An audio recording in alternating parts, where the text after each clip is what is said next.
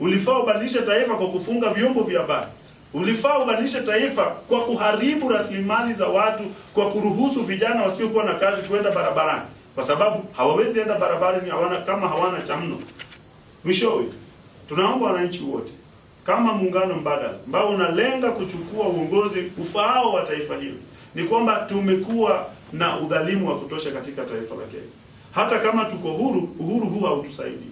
Ni uhuru wa aina gani hii? Tafadhali tuungane ili tuweze kuwa na mjadala, mazungumzo ya kitaifa ambayo hayalengi kulipwa mtu.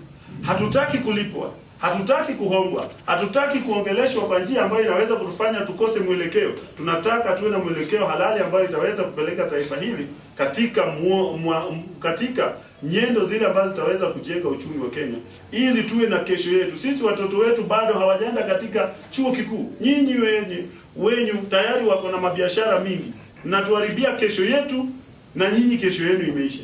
Tafadhali, ni mwisho wa wito wetu. Hata kama tutakuwa tunazungumzia Sabasaba, hatutaki Sabasaba wenye uharibifu.